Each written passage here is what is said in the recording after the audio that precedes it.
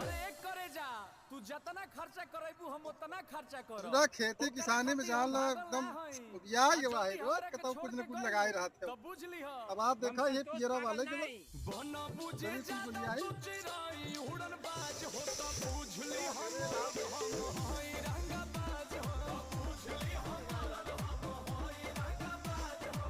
तू जानत हुआ कि हम ग्रेड ए पढ़ नहीं।